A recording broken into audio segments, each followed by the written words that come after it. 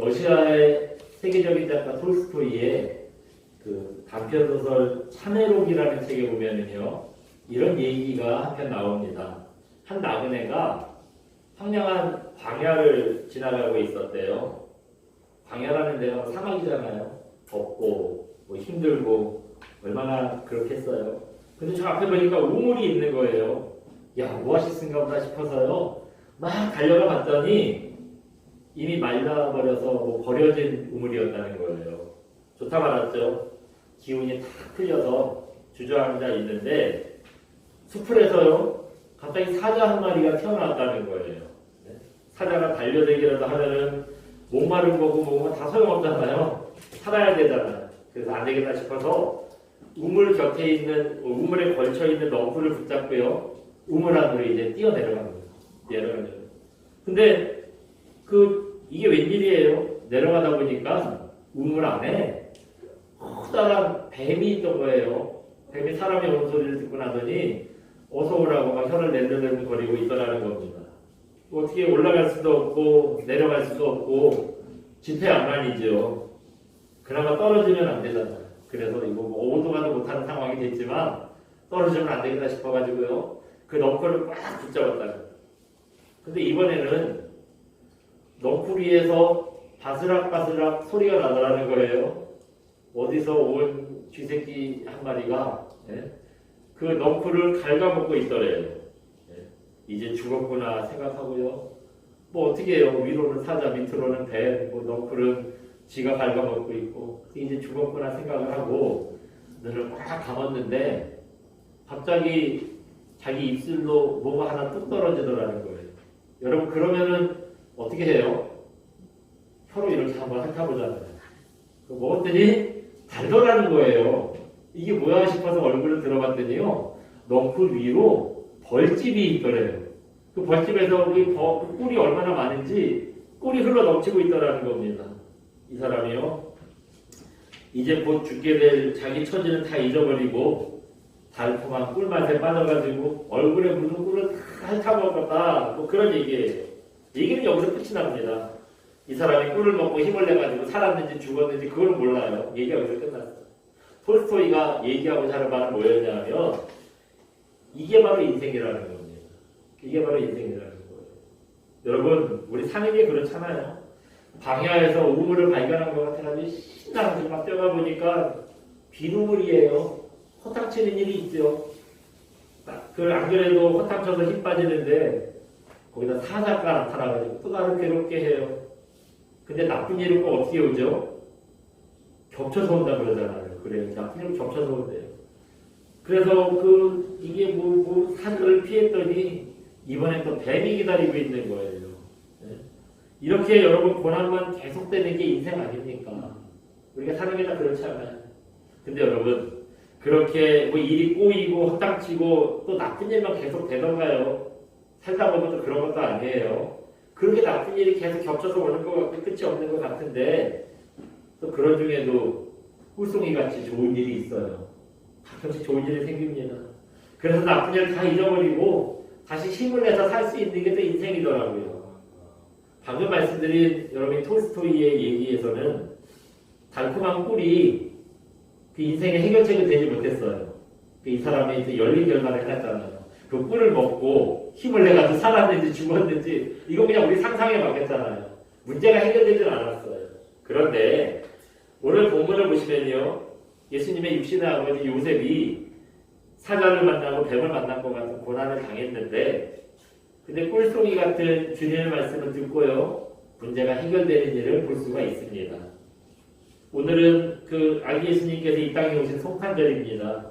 성탄절에는 어떤 설교해야 되죠? 이 절기에 맞게 예수님이 이 땅에 왜 오셨는가, 근데 그런 의미를 우리가 보통 생각하는 설교를 많이 하는데요, 여태까지 그런 설교 많이 해봤으니까 우리가 오늘은 조금 다른 관점을 가지고 말씀을 좀 보려고 합니다. 오늘은요, 예수님께서 탄생하신 후에 일어난 일을 가지고 그 고난을 만나시는데요, 그 고난을 많이 겪으셨지만 하나님의 말씀이 이끄는 대로 요셉이 따라가고 순종했더니 문제가 해결됐더라 하는 것을 보려고 해요. 그래서 이 말씀 통해서 우리도 어렵고 힘든 일 만나지만 그러나 예수님을 주인으로 모시고 그 말씀에 따라 순종하다 보면 우리도 어려움을 이겨낼 수 있다 하는 것을 잠시 좀 생각을 해보겠습니다.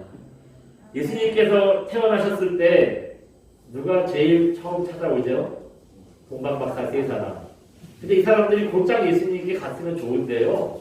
이 사람들이 웬일인지 곧장 예수님께 안 가고 누구한테 들렸죠?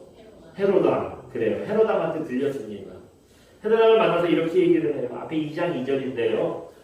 유대인의 왕으로 나신 이가 어디 계십니까? 우리가 그분을 경배하려고 여기 왔습니다. 그런 얘기를 해요. 여러분 생각해 보세요. 지금 이스라엘의 왕이 누구예요? 헤롯. 자기가 왕인데 왕 앞에다 놓고 유대인의 왕이 또 태어났대요. 마치 이론과 똑같은 거예요. 제가 여기 영국교회 목사잖아요. 근데 저를 앞에 놓고요. 누구를 데리고 오더니 이분이 설교 잘한다고 목사님 오늘은 쉬시고 이분한테 설교도 맡겨봅시다 그러는 거예요. 근데 기분이 나쁘겠어요? 안 나쁘겠어요? 네? 아니 나쁘죠. 왜 안 나빠요? 네? 그런데 혹시 자기가 죽고 나서 지금 그런 거랑 똑같은 경우잖아요. 자기가 죽고 나서 왕이 되면 누가 돼야 돼요? 자기 아들이 돼야 돼요. 그게 바람이잖아요. 근데 헤롯이 시퍼렇게 살아있는데 이스라엘의 왕이 태어났대요. 또 그 왕이 자기 아들도 아니고 남의 집 애래요. 네? 이게 무슨 뜻이에요? 자기 집 죽을 거라는 얘기예요. 자기 아들들도 왕이 못 되고 죽을 거라는 얘기예요. 새로운 왕이 이제 나타날 거라는 얘기죠. 참 헤롯 입장에서 이게 얼마나 기분 나쁜 얘기입니까? 기분 나쁜 얘기잖아요. 그 얘기를 듣자마자 헤롯 왕이요. 그 이스라엘의 왕이 될 거라는 아이를 찾는데 찾았나요? 못 찾았나요? 네, 못 찾았어요. 그래서 16절 보시면 예수님이 태어났다는 베들레헴이라 혹시 모르니까요. 옆 동네까지 또 혹시 모르니까 넉넉하게 내가 혹시 놓칠 수 있으니까 2살 이하의 애들까지 다 찾아서 죽여버립니다. 다 찾아서 죽여버려요. 이때 하나님께서 예수님이 그러면 죽도록 금방 태어난 예수님이 죽도록 그냥 놔두시겠어요? 그래서 어떻게 하시죠? 하나님께서 보내신 천사가 요셉의 꿈에 나타나서 이런 얘기를 해요. 헤롯이 아기를 죽이려고 하니까 빨리 애국으로 피하라 현몽을 해줍니다. 그래서 애국으로 피신을 했는데 천사가 또 나타났어요. 이번에 뭐라 그러냐 하면 헤롯이 죽었대요. 얼마 전까지만 해도 헤롯이 자기가 금방 태어난 자기 애기를 죽이려고 한다더니 그 헤롯이 죽었다는 거예요. 그러니까 안심하고 다시 이스라엘로 돌아가라. 그렇게 하나님께서 그 현몽을 해주는 게 오늘 본문의 얘기입니다. 오늘 말씀을 통해서 우리가 생각해 보고 싶은 건요. 이거예요. 약간 한번 보여주시겠어요? 네. 같이 한번 읽어봅니다. 성도의 인생은 하나님 말씀을 따라 사는 인생이 되어야 합니다. 아멘. 여러분, 우리는 어떤 인생이 되어야 되는데요? 하나님 말씀이 이끄시는 대로 따라가는 인생이 되어야 됩니다. 하나님 말씀 따라 사는 인생이 되어야 됩니다. 오늘 본문 보시면 그 요셉이요. 예수님의 육신의 아버지 요셉이 바로 그런 인생을 살았던 걸 우리가 볼 수가 있습니다. 여러분 요셉의 인생 한번 생각해 보세요. 결혼하기 전에는 사실 어떤 인생이었는지 잘 몰라. 왜냐하면 성경이 가르치지 않아서 요셉이 어떤 인생이었는지 잘 모릅니다.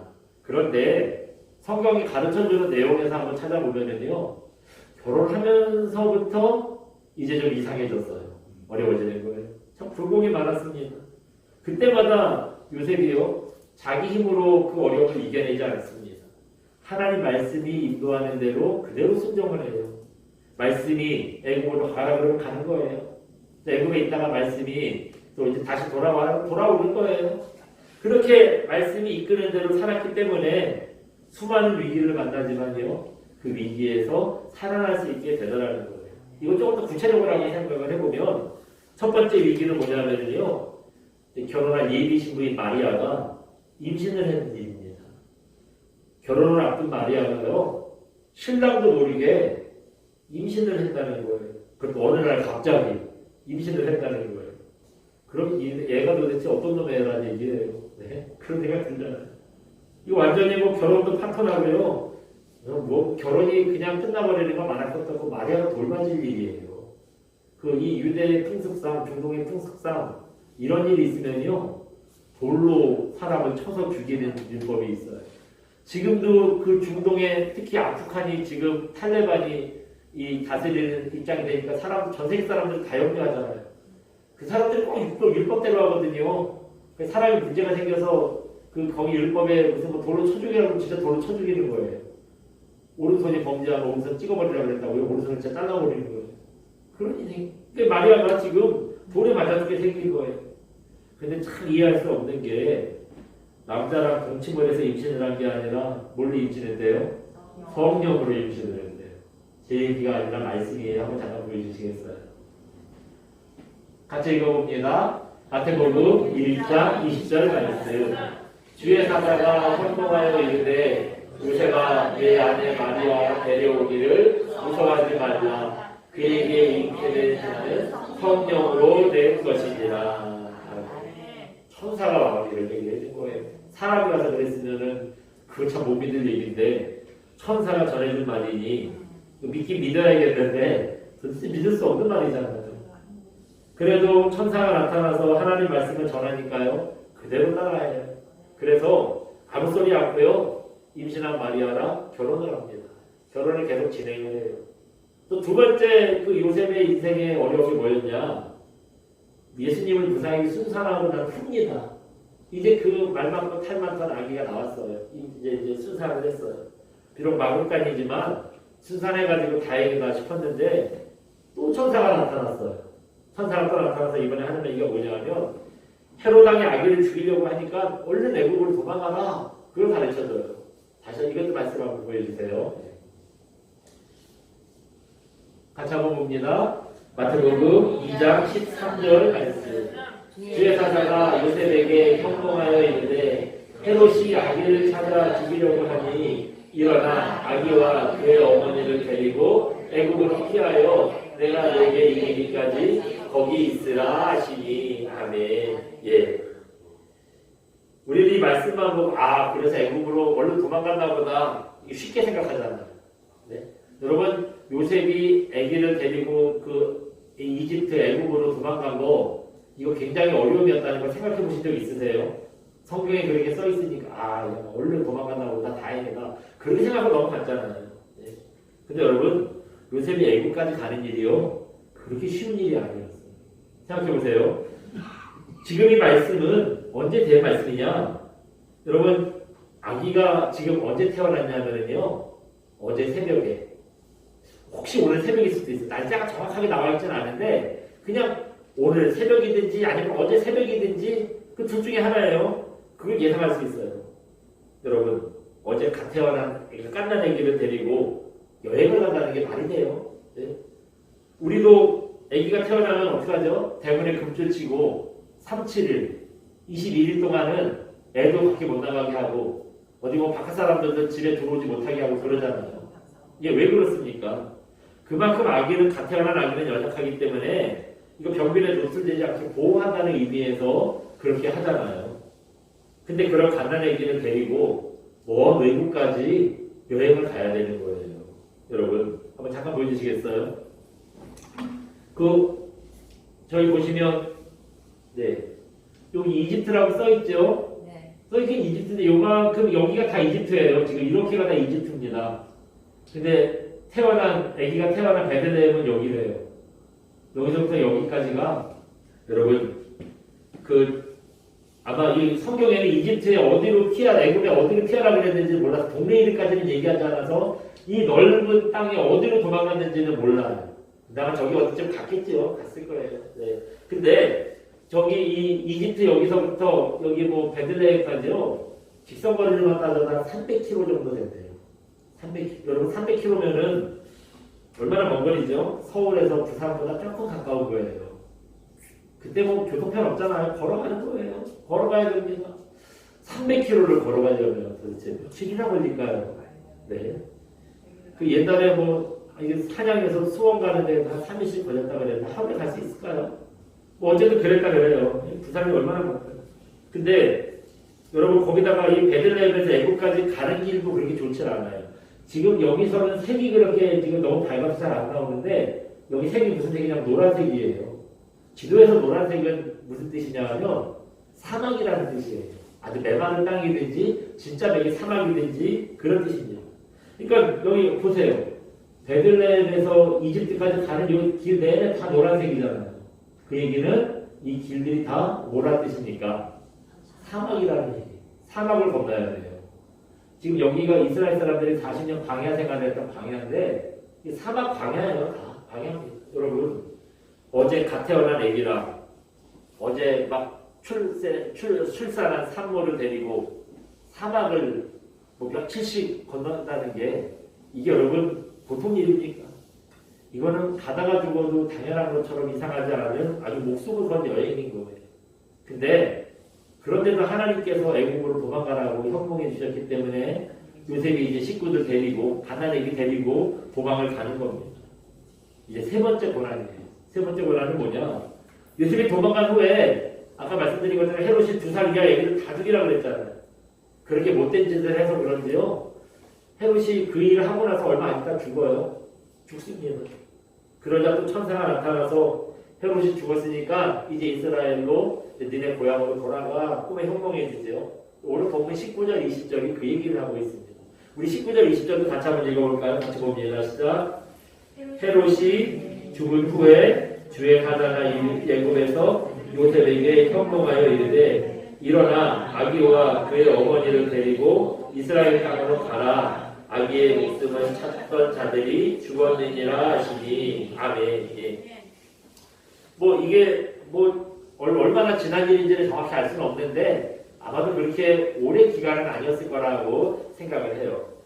고향으로 돌아가는 건 좋은 일이죠. 지금 뭐 타지 사는 게 뭐 얼마나 힘든 일이었겠어요. 고향으로 돌아가는 게 쉽지 않죠. 근데 여러분 고향으로 돌아가겠다고 이게 신나기만 했을까요? 이게 좋기만 했을까요? 왜냐? 그 애국에서 고향에서 애국까지 가는 길이 힘들었잖아요. 사막을 목숨을 걸고 사막을 건너갔잖아요. 근데 다시 고향으로 돌아가려면 또 그 길을 갈 수밖에 없는 거예요. 목숨을 걸고 다시 한번 사막을 건너서 이제 베들레헴으로 가야 되는 겁니다. 네, 가야 되는 거예요. 참 여러분 어려운 일이지요. 그런데도 하나님께서 그렇게 말씀하셨기 때문에 그 말씀에 순종을 해서 요셉이요 사막을 다시 건너요. 그래서 이제 고향으로 돌아갑니다. 근데 아직도 겁이 나는 거야. 그리고 오늘 본문에 보면 뭐라 그래요? 이제 고향으로 돌아가지 못하고 갈릴리 나사렛으로 갔대요.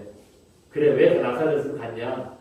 하나님께서 그 나사렛에서 이제 태어날 때 예수님이 이제 구원자가 나실 것이다. 그 얘기를 이루게 하시려고 요셉의 마음으로 움직여가지고 이제 나사렛으로 갔다 하는 얘기를 23절에 보면 하고 있죠. 그런 얘기들이 있습니다.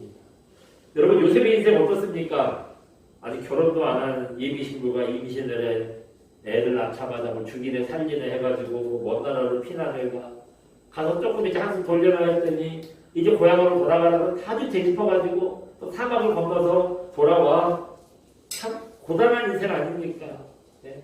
여러분 말씀을 잘 보시면은요 재밌는 사실 한 가지를 발견할 수가 있어요. 뭐냐면 천사가 올 때마다 좋은 얘기를 해줘야 되는데요 나쁜 얘기를 해준다는 거예요.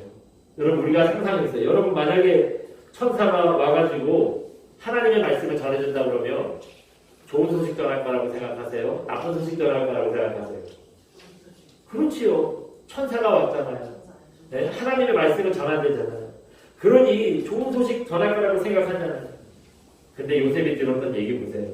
천사가 전해준 하나님의 말씀인데 듣고 보니 이게 좋은 얘기예요. 어쩌면 천사가 나타날 때마다 네 신부감이 신부도 아니에요. 신부감이 앞으로 결혼한 예비 신부가 임신을 했대요.